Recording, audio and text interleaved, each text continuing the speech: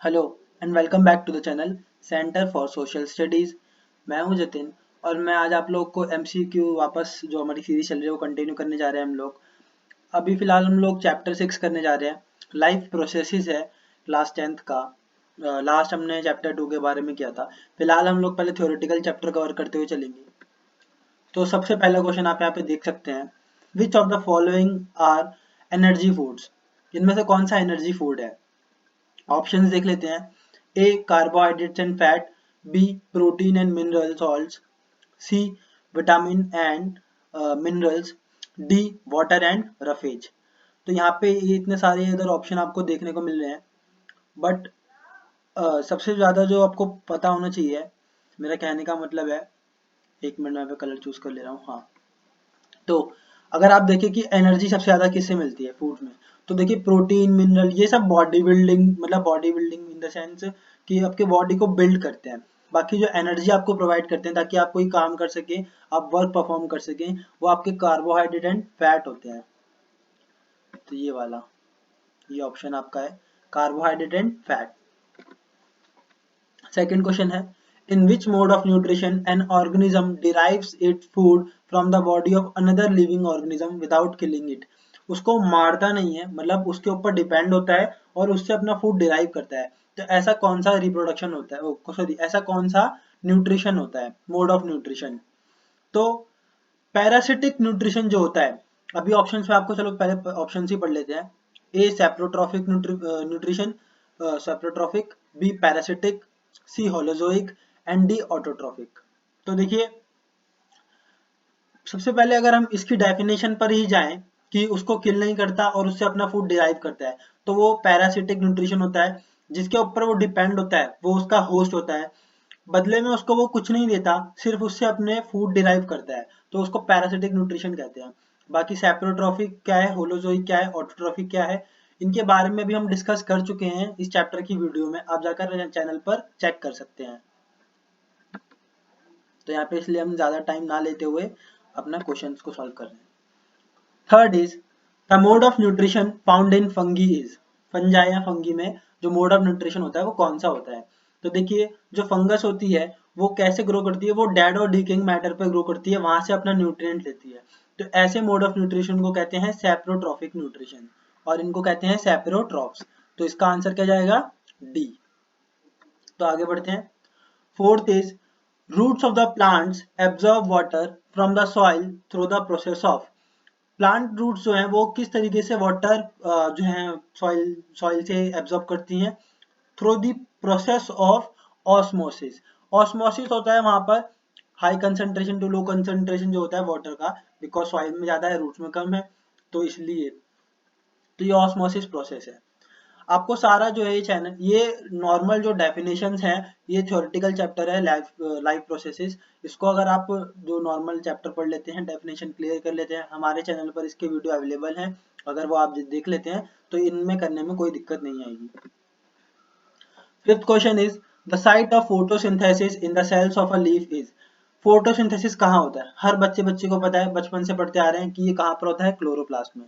Chloroplast leaf में present होता है। Next question is in amoeba food is digested in the. अगर आप अमीबा का डायग्राम याद करने की कोशिश करें तो अमीबा का डायग्राम कुछ इस तरीके से होता है, इरेगुलर शेप होती है, सूडोपोडिया होता है और फूड वैक्यूल होता है, न्यूक्लियस होता है। फूड वैक्यूल जो होता है उसके अंदर वो फूड को एंगल्फ करके करता है, तो ये क्या है? Food vacuole. This is food vacuole. इसका आंसर क्या जाएगा? Food vacuole. कहाँ पे फूड डाइजेस्ट करता है? फूड वैक्यूल में।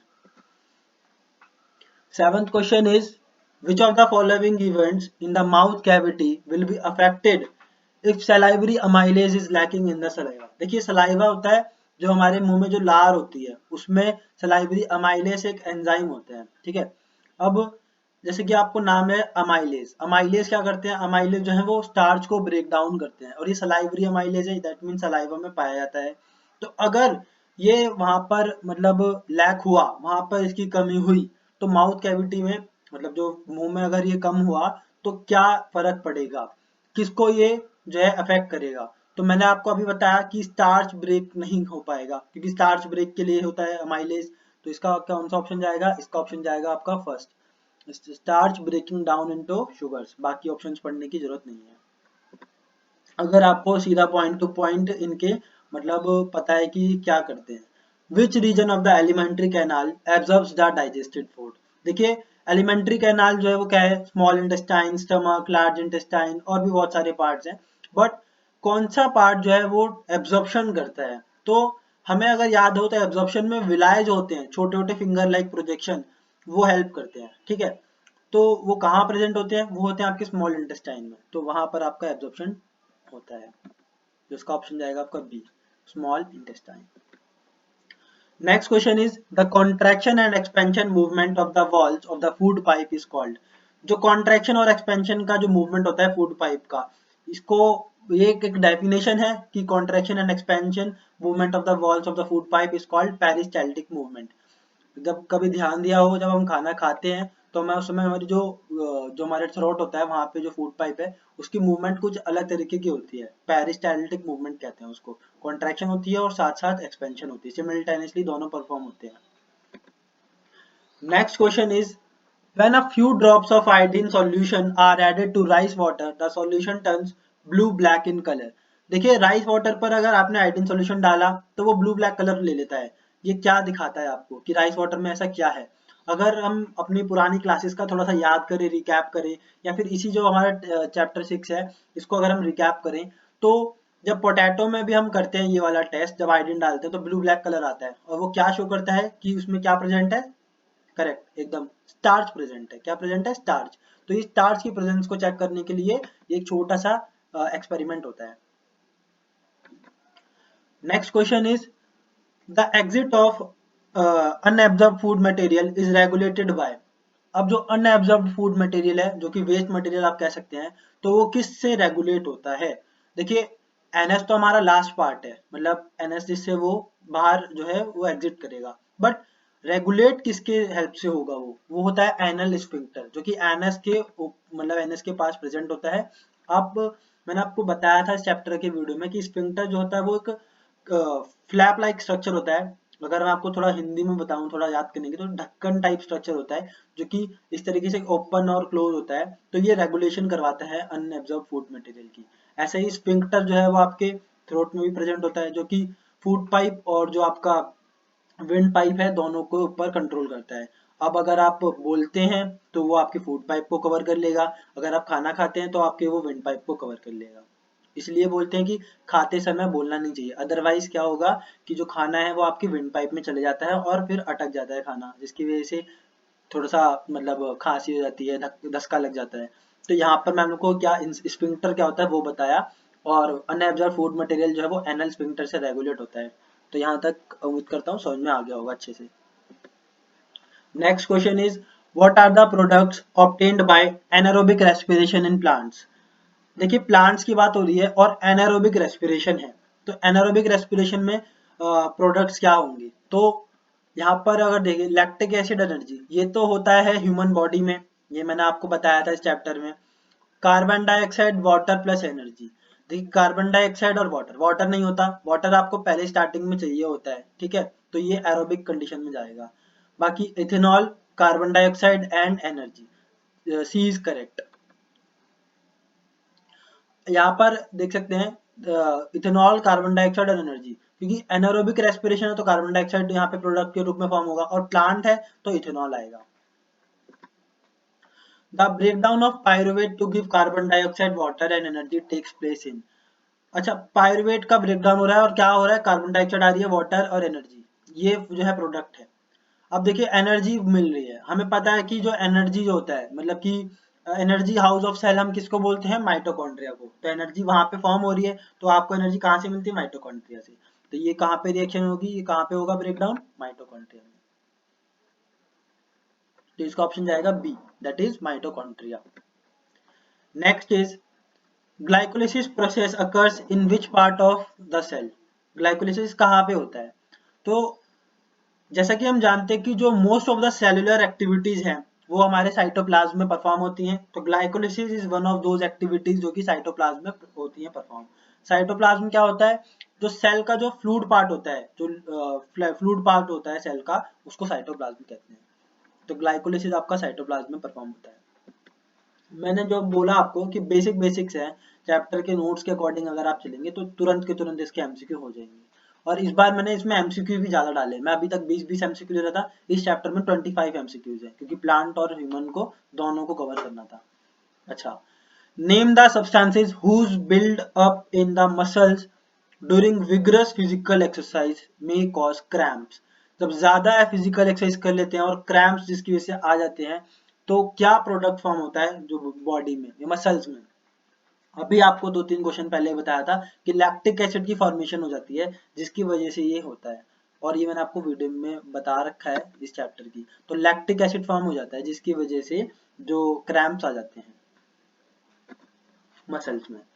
16th question is, name the pores in a leaf through which respiratory exchange of gases takes place. Respiratory exchange मतलब gases का एक्सचेंज किससे होता है? गैसेस का एक्सचेंज स्टोमेटा से होता है, क्योंकि स्टोमेटा जो है वो लीफ में पोर्स होते हैं जहाँ पे फूड भी हमारा मतलब बनता है, और वहां पर जो एक्सचेंज ऑफ गैस भी वहीं से होता है। तो स्टोमेटा ये हम छोटी क्लासेस से पढ़ते आ रहे हैं। स्टोमेटा से क्या होता है? एक्सचेंज ऑफ गैसेस होता है लीफ में। The respiratory pigment in human being is carotene, chlorophyll, haemoglobin और माइटोकॉन्ड्रिया। देखिए ये रेड कलर है, रेड कलर आरबीसीज का होता है। आरबीसीज का रेड कलर किस लिए होता है? आरबीसीज की शेप थोड़ी इस तरीके से होती है, सिकल सेल होती है। तो आरबीसीज का ऐसा मतलब कलर किस लिए होता है? वो होता है हीमोग्लोबिन की वजह से। हीमोग्लोबिन क्या है? हीमोग्लोबिन जो है वो एक आयरन से बना हुआ मतलब एक फैक्टर बोल सकते हैं, मैं आपको बताना समझाने की कोशिश कर रहा हूँ, जो कि क्या करता है, एक आयरन से बना हुआ कॉम्प्लेक्स है जो कि हेल्प करता है ऑक्सीजन जो होता है उसके संग बाइंड करने में। तो रेस्पिरेटरी पिगमेंट इसको ही बोला जाता है। ह्यूमन बॉडी में आपको मतलब एक हीमोग्लोबिन है जो कि रेस्पिरेटरी पिगमेंट है। ह्यूमन बॉडी में वैसे भी ज्यादा पिगमेंट्स प्रेजेंट नहीं होते हैं, और रेस्पिरेटरी पिगमेंट है हीमोग्लोबिन। क्यों? क्योंकि ऑक्सीजन के संग बाइंड करता है, और आरबीसी बोलते हैं ना कि ऑक्सीजन कैरी करते हैं, वो हीमोग्लोबिन की वजह से करते हैं। ठीक है। 18th question is, which plant tissue transports water and minerals from the roots to the leaf? मतलब वाटर ट्रांसपोर्टेशन कौन करता है, यानी कि वाटर की कंडक्शन कौन करता है? ये हम लोग 6-7 क्लास से पढ़ते आ रहे हैं। जाइलम जो है वो वाटर कंडक्शन करता है प्लांट्स में, और जो फ्लोएम है वो क्या करता है? फूड की कंडक्शन करता है। 19th question is, the movement of food in phloem is called. जो मूवमेंट है फूड की फ्लोएम में वो क्या होता है? देखिए फ्लोएम जो है वो आपको फूड का जो है कंडक्शन करवा रहा है, मूवमेंट करवा रहा है, और इसका मैंने आपको नाम बता रखा है। देखिए ट्रांसपिरेशन क्या होता है? ट्रांसपिरेशन में क्या होता है? लीफ से जो वाटर जो होता है वो स्टोमेटा के थ्रू जो है वो ऊपर मतलब एवोपरेट होता है, तो उसको ट्रांसपिरेशन कहा जाता है। रेस्पिरेशन के बारे में आप लोग जानते हैं, वेपोरेशन के बारे में आप जानते हैं, ट्रांसलोकेशन जो है वो यही है, movement of food in phloem. मैंने इसलिए आपको चारों की डेफिनेशन के बारे में बताया। तो ट्रांसलोकेशन क्या है? Movement of food in phloem is called translocation. 20th question is, name a circulatory fluid in the human body other than blood. Blood के अलावा कौन सा सर्कुलेटरी फ्लूइड है ह्यूमन बॉडी में? देखिए ऑप्शन देख लेते हैं, platelets, RBC, lymph and plasma. अगर हम देखें तो प्लेटलेट्स, आरबीसी, प्लाज्मा, डब्ल्यूबीसी वगैरह भी होता है, ये सब ब्लड के कंपोनेंट्स है। एक लिम्फ है जो कि एक अलग है, ये एक अलग फ्लूइड है, ब्लड में अलग सॉरी बॉडी में एक अलग सर्कुलेटरी फ्लूइड होता है जो आपके लिम्फेटिक वेजल वगैरह में मिलता है। तो ये है आपका एक अनदर सर्कुलेटरी फ्लूइड जो कि ह्यूमन बॉडी में आपको मिलता है other than blood. Name the tube which connects the kidneys to the urinary bladder. एक ट्यूब बताइए जो कि मतलब नेम द ट्यूब जो कि किडनी को यूरिनरी ब्लैडर से कनेक्ट करता है। देखिए अगर हम डायग्राम थोड़ा सा याद करने की कोशिश करते हैं तो किडनी के डायग्राम, किडनी होती है, किडनी क्या होता है? किडनी फिर यहाँ से यूरेटर के थ्रू जो है वो कनेक्ट होती है। किससे कनेक्ट होती है वो? मैं थोड़ा सिंपल डायग्राम बना रहा हूँ। यूरेथ्रा होता है, यूरिनरी ब्लैडर होता है ये जहाँ पे कलेक्ट होता है यूरिन, इधर सेंटर में जहाँ में ऐसे कलर कर दिया है, और ये यूरेथ्रा होता है, और आगे एनस के थ्रू ये पास आउट हो जाता है। तो ये बेसिक छोटा सा डायग्राम से समझा रहा था मैं आपको। तो हाँ, तो किसने कनेक्ट किया उसको? यूरेटर ने। तो जो किडनी है वो यूरिनरी ब्लैडर से किसके थ्रू कनेक्ट होती है? यूरेटर के थ्रू। 22nd question is, where is the dirty blood. Dirty blood का मतलब जो गंदा खून हो जाता है, जो कि अब प्योर मतलब प्योर होके जो निकल गया। इन आवर बॉडी फिल्टर्ड, किस पार्ट में होता है? देखिए किडनी ही काम करती है बॉडी में जो ब्लड प्योरिफिकेशन का है, तो इसमें कुछ सोचना नहीं है, समझना नहीं है, सीधा आपको टिक करना है option. 23rd is the procedure used for cleaning the blood of a person by separating urea from it is called। देखिए cleaning of blood, that means blood को प्योरीफाई कर रहा है, उसमें से यूरिया सेपरेट कर रहा है, तो किडनी करता है तो, लेकिन इसने प्रोसीजर के बारे में बोल दिया। तो ये क्या होता है? ये डायलिसिस होती है। जब हमारी किडनी खराब हो जाती है तो डायलिसिस करवानी पड़ती है, तो यही होता है कि जो ब्लड में यूरिया प्रेजेंट हो जाता है उसको हम मशीन्स की हेल्प से सेपरेट करते हैं, उसी को हम क्लीनिंग ऑफ ब्लड बोलते हैं। हमारी किडनीज भी यही काम करती हैं। तो ऑस्मोसिस, फिल्ट्रेशन, डबल सर्कुलेशन, ये ऑप्शन गलत है। डायलिसिस यानी कि C option is the right answer. Which of the following help in protecting the inner lining of the stomach from the harmful effect of hydrochloric acid? हमारे stomach में HCl present होता है, hydrochloric acid, जिसका pH approximately 1 के आसपास होता है, जो कि बहुत ज्यादा एसिडिक है, हाईली एसिडिक है। तो वो हमारे स्टमक को बहुत ज्यादा नुकसान पहुंचा सकता है, बट ऐसा नहीं होता। क्यों नहीं होता? ये आपको मैंने वीडियो में जब पढ़ाया है चैप्टर बताया हुआ है, क्योंकि हमारे स्टमक में म्यूकस की एक इनर लिनिंग प्रेजेंट होती है, जो कि हमें प्रोटेक्ट करती है हाइड्रोक्लोरिक एसिड के एसिडिक नेचर से, हार्मफुल इफेक्ट से। क्या होता है? म्यूकस की इनर लिनिंग होती है स्टमक के इनर सरफेस में, ठीक है। तो पैप्सिन, ट्रिप्सिन, ये तो एंजाइम्स हैं, एंड बाइल जो है वो आपके लिवर में होता है, बाइल जूस, ठीक है। ये लास्ट है इसका, इस मतलब एमसीक्यू सीरीज का, एमसीक्यू सीरीज कह रहा हूँ, इस चैप्टर की एमसीक्यू का। Identify the correct path of urine in the human body. Human body में जो यूरिन का जो पाथ है, मतलब यूरिन किस तरीके से पास आउट होता है, उसका आपको बताना है। देखिए सबसे पहले तो किडनी में ब्लड प्योरीफाई होगा, यूरिया अलग हो गया, फिर with the help of water वो यूरिन बन के, मतलब यूरिया जो है वो यूरिन के साथ वाटर के संग बन के यूरिन बनकर वो हमारे बॉडी से पास आउट होता है। तो सबसे पहले तो किडनी होगा। तो किडनी वाला फर्स्ट जो ऑप्शन है वो किस किस में है? वो आपको एक तो ए में दिखेगा, सी में दिखेगा और डी में दिखेगा। उसके बाद मैंने आपको बताया था अभी थोड़ी देर पहले कि किडनी जो है किससे कनेक्ट करती है? किडनी कनेक्ट करती है यूरेटर से। तो यूरेटर वाले दो ऑप्शन है हमारे पास। किडनी यूरेटर से कनेक्ट करती है, किसको कनेक्ट करती है? यूरेथ्रा को कनेक्ट करती है, या यूरिनरी ब्लैडर को कनेक्ट करती है। यूरिनरी ब्लैडर को कनेक्ट करती है क्योंकि यूरिनरी ब्लैडर में जाकर यूरिन जो है वो कलेक्ट होता है, और जब वहां पे मतलब कलेक्ट हो जाता है उसके बाद यूरेथ्रा के थ्रू वो पास आउट होता है, फर्दर एनएस वगैरह जो है आगे का प्रोसेस है। तो ये है आपका जो करेक्ट जो है आपका पासिंग ऑफ यूरिन है ह्यूमन बॉडी में, वो किडनी से ureter, D option is correct, kidney से यूरेटर, यूरेटर से urinary bladder and then urethra. तो इसका ऑप्शन क्या जाएगा? इसका आपका ऑप्शन जाएगा डी, ठीक है। तो इसी के साथ हमारे ये वाला क्वेश्चंस एंड होते हैं चैप्टर 6 के लाइफ प्रोसेसेस के। यहाँ पर आपको अच्छे से मैंने क्लियर कर दिए हैं यहाँ पे। अब भी अगले चैप्टर में भी हम कोई थ्योरेटिकल चैप्टर को ही लेकर आएंगे। और वीडियो को शेयर कीजिए, चैनल को सब्सक्राइब करना ना भूलिएगा, और वीडियो पसंद आई हो तो लाइक जरूर करना, और ज़्यादा से ज़्यादा लोगों को शेयर करो, बच्चों को शेयर करो, क्योंकि शेयर करने से हम लोग को भी थोड़ा सपोर्ट होगा और बच्चों को ज़्यादा से ज़्यादा नॉलेज मिलेगी। और इस कोविड की सिचुएशन में हम लोग ज़्यादा से ज़्यादा अपना मतलब बेनिफिट उठा पाएंगे स्टडी का, इस ऑनलाइन स्टडी का।